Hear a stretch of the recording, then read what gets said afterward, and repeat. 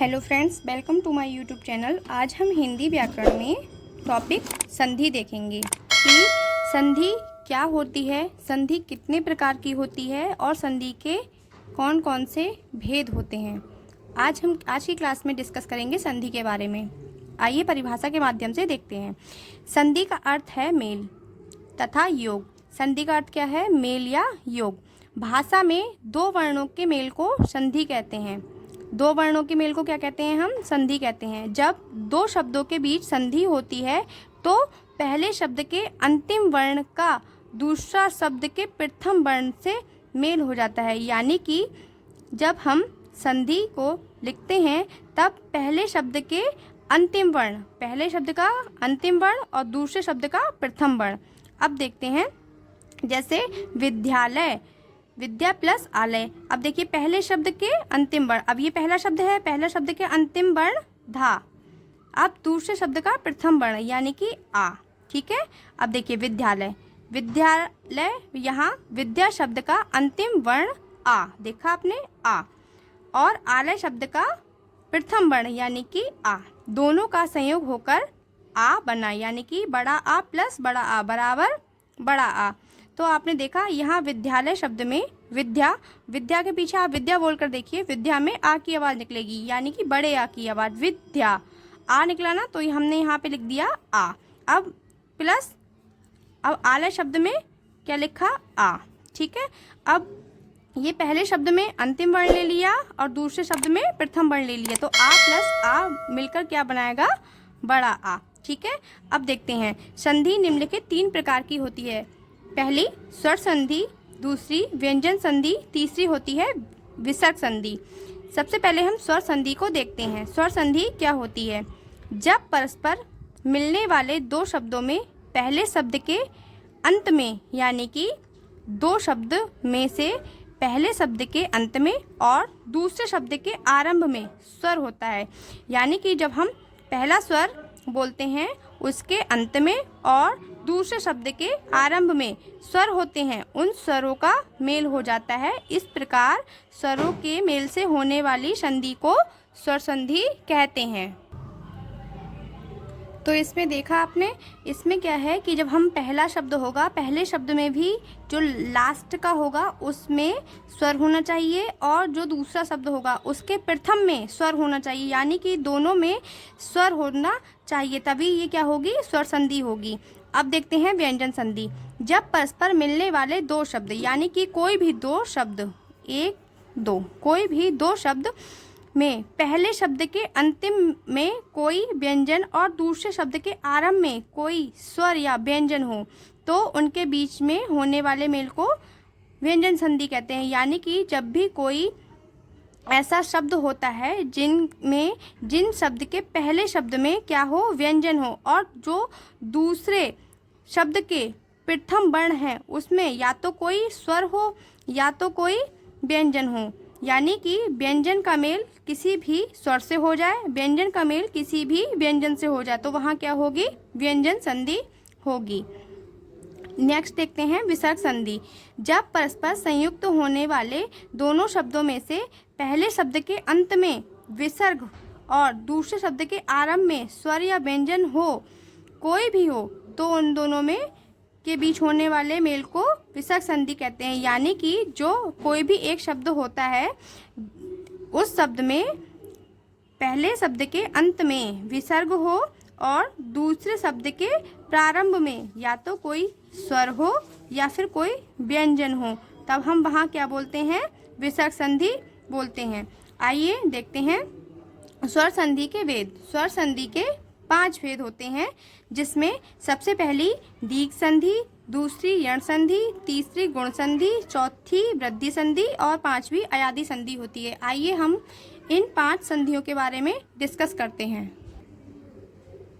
सबसे पहली इसमें देखते हैं दीर्घ संधि। अब दीर्घ संधि देखिए, यदि ह्रस्व या दीर्घ आ, ई, उ, ऋण के आगे वही ह्रस्व या दीर्घ स्वर आए तो दोनों के स्थान पर दीर्घ स्वर हो जाता है। यानी कि सत्य प्लस अर्थी, ये क्या हो जाएगा, सत्यार्थी। अब देखिए सत्य शब्द को जब बोलते हैं तब इसमें छोटा आ की आवाज़ निकलती है। ऐसे ही अर्थी में इसके पहले वर्ण में आ आया तो आ प्लस आ मिलकर क्या बनाएंगे, बड़ा आ, यानी कि यहाँ पे क्या हो जाएगा, सत्यार्थी। ये देखिए यहाँ पे सत्य का लास्ट वाला वर्ड का आ निकला तो यहाँ आ लिख लिया। ऐसे ही अर्थी में प्रथम वर्ण लेना है हमें तो यहाँ भी छोटा आएगा, मिलकर क्या बनाएगा, बड़ा आ। यानी कि जब हम पहले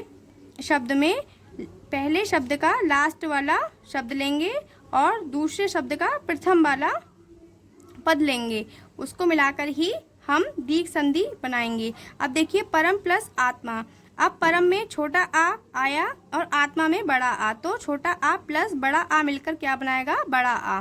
विद्या प्लस अध्ययन। अब देखिए विद्या में बड़ा आ आया और अध्ययन में छोटा आ, तो बड़ा आ का मिलन जब छोटा आ से होता है तो क्या बनाएगा, यहाँ बड़ा आ। ऐसे ही रवि प्लस इंद्र। यहाँ पे छोटी ई का मिलन बड़ी ई से हो रहा है तो छोटी ई का मिलन छोटी से हो रहा है तो यहाँ पे बड़ी ई बन जाएगी। ऐसे ही गिरी प्लस ईस, इसमें भी छोटी ई आई और इसमें बड़ी ई, तो छोटी ई प्लस बड़ी ई मिलकर क्या बनाएंगे, बड़ी ई। ऐसे ही गुरु प्लस उपदेश, तो गुरु में छोटा ऊ और उपदेश में भी छोटा ऊ, गुरु उपदेश बन गया, यानी कि ऊ और ऊ मिलकर क्या बनाएंगे, बड़ा ऊ बनाएंगे। ऐसे ही हम देखते हैं यड़ संधि। यड़ संधि क्या होती है, यदि ह्रस्व या दीर्घ ई ऊ ऋण को आगे कोई असमान स्वर आए, यानी कि दीर्घ स्वर में ई ऊ ऋण के आगे कोई असमान स्वर आता है तो बड़ी ई का यू और छोटी ऊ का बड़ा ऊ का वा और ऋण का रा हो जाता है। जैसे देखिए यदि प्लस अपि, तो यह यद्यपि हो जाएगा। अब यदि में लास्ट में देखिए ई आया, ई की आवाज आई और अपि में आ, तो यहाँ पे आ क्या बन गया, आ बन जाएगा या, तो ई प्लस या मिलकर क्या बनाएगा, या, तो यहाँ पे क्या हो जाएगा, यद्यपि। ऐसे ही इति प्लस आदि। इति में ता में देखिए ई बोला जा रहा है, छोटी ई आई, ऐसे ई बड़ा आ आया यहाँ पे तो छोटी ई प्लस आ मिलकर क्या बनाएंगे, या बनाएंगे। ऐसे प्रति उत्तर, प्रति में छोटी ई आई और उत्तर में छोटा ऊ, तो छोटी ई और छोटा ऊ मिलकर क्या बनाएंगे, यू, यानी कि प्रत्युत्तर। सु प्लस आगत। अब सु में देखिए छोटा ऊ आया और आगत में देखिए बड़ा आ आया, तो छोटा ऊ और बड़ा आ मिलकर क्या बनाएंगे, वा, तो यहाँ क्या हो जाएगा, स्वागत। ऐसे वधु प्लस आगमन। तो वधु में देखिए बड़ा ऊ आया और आगम में बड़ा आ, तो बड़ा ऊ और बड़ा आ मिलकर क्या बनाएगा, वा, तो यहाँ क्या हो जाएगा, वद्य वागम। ऐसी पृथक प्लस आज्ञा, तो यहाँ पे ऋण और आ मिलकर रा बनाएंगे, तो यहाँ पे हो जाएगा प्रताज्ञा। अब देखते हैं गुण संधि। गुण संधि क्या होती है, आ या आ के आगे यदि ई या ई आए तो दोनों के स्थान पर ए, यदि ऊ आए तो दोनों के स्थान पर ओ तथा ऋण आए तो दोनों के स्थान पर अर हो जाता है। आइए देखते हैं, जैसे कि स प्लस इच्छा। अब देखिए इसमें आ आया यहाँ लास्ट में और इसमें ई आया, तो छोटा आ और बड़ी छोटी ई मिलकर क्या बनाएंगे, ए, तो यानी कि यहाँ पे क्या हो जाएगा, स्वेच्छा। यहाँ पे ए की मात्रा लग जाएगी। ऐसे ही महा प्लस ईश। महा में देखिए बड़ा आ आया लास्ट में और इसमें बड़ी ई, तो बड़ा आ और बड़ी ई मिलकर क्या बनाएंगे, छोटी ए, तो यहाँ पे क्या बोलेंगे, महेश। ऐसे ही परम प्लस ईस पर। परम में देखिए छोटा आ आया, यहाँ पे छोटी आ की अनाउंसमेंट आ रही है। ऐसे ही बड़ी ई आई तो छोटी ई, छोटा आ और बड़ी ई मिलकर क्या बनाएंगे, ए। ऐसे ही पर प्लस उपकार। अब देखिए पर में आ शब्द की ध्वनि निकली, इसमें उपकार में छोटा ऊ, तो आ प्लस ऊ मिलकर क्या बनाएंगे, ओ। ऐसे ही महा प्लस उत्सव। महा में बड़े आ की ध्वनि निकल रही है और उत्सव में ऊ की, तो बड़ा आ प्लस ऊ मिलकर ओ बनाएंगे। ऐसे ही दे प्लस ऋषि, यानी कि वा में छोटा आ की आवाज आ रही है, ऋषि में ऋण, तो ये आ और ऋण मिलकर अर बनाएंगे, यानी कि देवर्षि। महा प्लस ऋषि में महा प्लस ऋषि महर्षि हो जाएगा, क्योंकि आ और ऋण मिलकर क्या बना रहे हैं, अर बना रहे हैं। ठीक है, यहाँ पे बड़ा आ होगा, ठीक है, क्योंकि यहाँ पे बड़ा आ का डंडा लगा है। ऐसे ही वृद्धि संधि देखिए, वृद्धि संधि क्या होती है? यदि आ या आ के आगे ए या ए आए तो दोनों के स्थान पर बड़ी ए और बड़ा ओ या औ आए तो दोनों के स्थान पर औ हो जाता है। कैसे? देखिए, एक और एक। अब देखिए यहाँ पे जब हमने का बोला तो का में छोटा आ की ध्वनि निकल रही है और ए, तो छोटा आ और ए मिलकर क्या बनाएंगे? बड़ी ए। तो ये क्या हो जाएगा? एक एक मत प्लस एक। यहाँ पे देखिए छोटा आ आया, यहाँ पे ए, तो ये क्या बन जाएगा? ए बन जाएगा। तो ये क्या हो जाएगा? मत एक के। ऐसे ही तथा प्लस एब, तथा में बड़ा आ की ध्वनि निकली और ए में आ को जब मिलाएंगे तो छोटी ए बन जाएगी। ऐसे ही महा प्लस ऐश्वर्य, तो ये क्या हो जाएगा? महेश्वर्य। सदा प्लस एवं, तो सदा में बड़ा आ और एवं में ए आया तो बड़ा आ और ए मिलकर हमेशा छोटी ए बनाएंगे। महा प्लस ओज, अब महा में बड़ा आ की ध्वनि निकली और ओज में ओ, यानी कि बड़ा आ और ओ मिलाकर क्या बनाएंगे? औ। महा प्लस औषधि, यानी कि बड़ा आ और ओ मिलकर क्या बनाएंगे? बड़ा ओ बनाएंगे। तो ये क्या हो जाएगा? महोषधि हो जाएगा। अब नेक्स्ट हम देखते हैं अयादी संधि। अयादी संधि क्या होती है? यदि ए, बड़ी ए, ओ और बड़ा ओ के आगे कोई असमान स्वर आए तो क्रमशः ए, आए, अव, आव हो जाता है। जैसे ने में ए आया और अन में आ आया तो ये क्या बन जाएगा? अय बन जाएगा। ऐसे ही गै में बड़ी ए प्लस आ, यानी कि बड़ी ए प्लस आ मिलकर आय बन जाएगा, यानी कि गै प्लस आक हो जाएगा गायक। पो प्लस अन, पो में ओ आया और अन में आ, यानी कि ओ प्लस आ मिलकर अब हो जाएगा। पौ प्लस अक, यानी कि पावक। अब देखिए पौ में बड़ा ओ आया और अक में आ आया तो यहाँ पे ओ प्लस आ मिलकर आप बन जाएगा। ऐसे ही न प्लस अक, न यानी कि बड़ी ए और अक में आ, तो यानी कि बड़ी ए प्लस आ मिलकर आय बनाएगा। ऐसे ही पौ प्लस अन, यानी कि बड़ा ओ आया और इसमें देखिए आ आया तो बड़ा और आ मिलकर क्या बनाएगा? आब, यानी कि पावन। ऐसे ही आइए हम व्यंजन संधि के बारे में देखते हैं कि व्यंजन संधि क्या होती है। देखिए, व्यंजन संधि के प्रमुख नियम इस प्रकार हैं। यदि विभिन्न वर्गों के प्रथम व्यंजन के पश्चात कोई स्वर आए, यानी कि प्रथम व्यंजन के पश्चात अगर कोई स्वर आए तो वह अपने वर्ग के तीसरे व्यंजन में परिवर्तित हो जाता है। ठीक है, अब देखिए कैसे। अभी देखिए दिक प्लस अंबर, यानी कि क्या हो जाएगा? दिगंबर। जैसे कि सट प्लस आनंद क्या हो जाएगा? सडानन। उत प्लस आसीन, यानी कि उदासीन। सत प्लस आचार, यानी कि सदाचार। अब आइए देखते हैं ये कैसे। देखिए, जैसे ये लिखा है दिक प्लस अंबर, यानी कि दिगंबर। ये दिगंबर कैसे बना? अब देखिए इसमें लिखा है प्रथम व्यंजन के पश्चात कोई स्वर आए। प्रथम व्यंजन कौन कौन से होते हैं? देखिए प्रथम व्यंजन कौन कौन से होते हैं? का, चा, टा, ता, पा या शा। अब देखिए ये तो प्रथम व्यंजन हो गए। अब प्रथम व्यंजन के तीसरे व्यंजन से परिवर्तित हो जाता है। अब यहाँ देखिए, यहाँ पे प्रथम व्यंजन के पश्चात कोई स्वर आए तो वह अपने वर्ग के तीसरे व्यंजन में परिवर्तित हो जाती है। अब देखिए दिक, दिक, अब का, अंबर। अब देखिए दिक में क्या आया? का। अब देखिए यहाँ पे का है, का के अब ये बोला है कि अपने वर्ग के तीसरे व्यंजन में परिवर्तित हो जाता है, यानी कि ये इसका वर्ग क्या है? ये, तो यह अपने वर्ग के तीसरे व्यंजन में परिवर्तित हो जाएगा, यानी कि ये गा में परिवर्तित हो जाएगा। का किस में परिवर्तित हो जाएगा? गा में। आइए देखते हैं दिक प्लस अंबर। अब देखिए यहाँ का किस में परिवर्तित हो गया? गा में हो गया ना, दिगंबर। ऐसे ही देखिए सट प्लस आनंद। अब ये टा डा में कैसे परिवर्तित हुआ? अब देखते हैं। देखिए इसमें लिखा है प्रथम व्यंजन के पश्चात कोई स्वर आए। अब ये प्रथम व्यंजन कौन सा है? टा। अब देखिए इसमें प्रथम व्यंजन कौन सा है? टा। देखिए ये आ गया टा। ठीक है, आ गया। अब देखिए अपने वर्ग के तीसरे व्यंजन परिवर्तित होता है। अब टा अपने वर्ग के तीसरे व्यंजन परिवर्तित होगा। अब देखिए टा अपने वर्ग के तीसरे व्यंजन परिवर्तित होगा, यानी कि डा में। अब देखिए यह सट आनंद क्या हो गया? सडानंद बन गया ना, ये सडानंद। देखिए डा में परिवर्तित हो गया।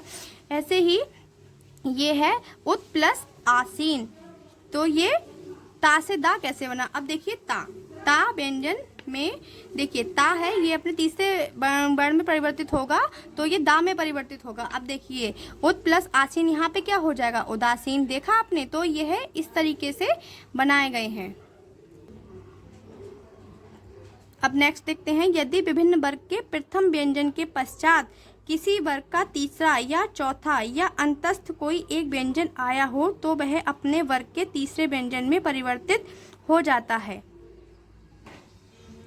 अब जैसा कि इसमें बताया गया है कि प्रथम व्यंजन के पश्चात वर्ग का तीसरा या चौथा या अंतस्थ कोई एक व्यंजन आता है। अब देखिए तीसरा चौथा कौन सा होता है, इस वर्ग का तीसरा और चौथा कौन सा होगा, तीसरा होगा गा और चौथा होगा घा। ऐसे ही चा शब्द का वर्ग में तीसरा होगा जा और चौथा होगा झा। ऐसे ही टा शब्द का तीसरा होगा डा और चौथा होगा ढा। तो ये जो तीसरा पद आए या फिर चौथा आए तो ये हमेशा तीसरे वाले में परिवर्तित हो जाएगा। कैसे देखते हैं, जैसे देखिए दिक प्लस गज, दिक प्लस गज यानी कि दिग्गज हो गया। अब ये का गा में कैसे परिवर्तित हुआ, अब यहाँ देखते हैं। देखिए वह अपने वर्ग के तीसरे वाले से ये चेंज हो रहा है तो ये क्या हो गया, दिग्गज हो गया। देखिए यहाँ पे क्या लिखा है, देखिए किसी वर्ग का तीसरा या चौथा या अंतस्थ कोई एक व्यंजन आए। ठीक है, अब ये अपने ही वर्ग का तीसरा व्यंजन आ गया तो ये गा में परिवर्तित हो गया तो ये हो जाएगा यहाँ पे दिग्गज। ऐसे ही वाक्चाल, अब वाक्चाल को गा में कैसे परिवर्तित किया गया ये देखते हैं। ये देखिए यहाँ पे लिखा है किसी वर्ग का तीसरा या चौथा या अंतस्थ कोई व्यंजन आए तो वह तीसरे वर्ग व्यंजन में परिवर्तित होगा। अब का है, का किस में परिवर्तित हो जाएगा, का तीसरे व्यंजन गा में परिवर्तित हो जाएगा तो यहाँ हो जाएगा वाक्चाल। ऐसे ही सत प्लस भावना, अब ये देखिए ता देखिए तीसरा ता का तीसरा व्यंजन कौन सा आ रहा है दा, तो यह क्या हो जाएगा सद्भावना। इसी तरीके से का देखिए यहाँ पे गा में परिवर्तित हो गया, ता यहाँ पे देखिए दा में परिवर्तित हो गया, उत प्लस दा में परिवर्तित हो गया यहाँ पे। अब देखते हैं यदि किसी शब्द के अंत में ता आए और उसके पश्चात चा या छा आया हो तो चा में परिवर्तित हो जाता है। जैसे सत प्लस चरित्र, अब देखिए सत प्लस चरित्र किस में, यहाँ क्या बोला है देखिए कि ता चा में परिवर्तित हो जाता है तो ये चा आया तो ये ता जो है वो चा में परिवर्तित हो जाएगा तो ये हो जाएगा सच्चरित्र। ऐसे ही उत प्लस चारण, तो ये ता किस में परिवर्तित हो जाएगा चा में तो ये हो जाएगा उच्चारण। ऐसे ही जगत प्लस छवि, तो ये ता आया और छा आया तो ये चा में परिवर्तित हो जाएगा तो ये हो जाएगा जगत छवि। ऐसे ही शरद प्लस चंद्र, तो ये ता किस में परिवर्तित हो जाएगा चा में तो ये हो जाएगा शरद चंद्र। ऐसे ही यदि सा से पूर्व ता का प्रयोग हुआ हो तो वह ज्यों का त्यों रहता है, यानी कि सा से पहले अगर किसी ता का प्रयोग किया गया है तो वह वैसे का वैसा ही रहता है। जैसे कि देखिए सत प्लस साहस, यहाँ क्या हो जाएगा सत्साहस हो जाएगा। सत प्लस संकल्प, ये क्या हो जाएगा सत्संकल्प हो जाएगा। सत प्लस संबंध, ये क्या हो जाएगा सत्संबंध। उत प्लस सर्ग क्या हो जाएगा उत्सर्ग हो जाएगा। अब नेक्स्ट फिफ्थ देखते हैं, यदि प्रथम शब्द के अंत में का ट ता आए हो तो इनके पश्चात आने वाले दूसरे शब्द के आरंभ में मा ना हो तो का टा ता को इनके पंचम वर्ण में बदल देता है। जैसे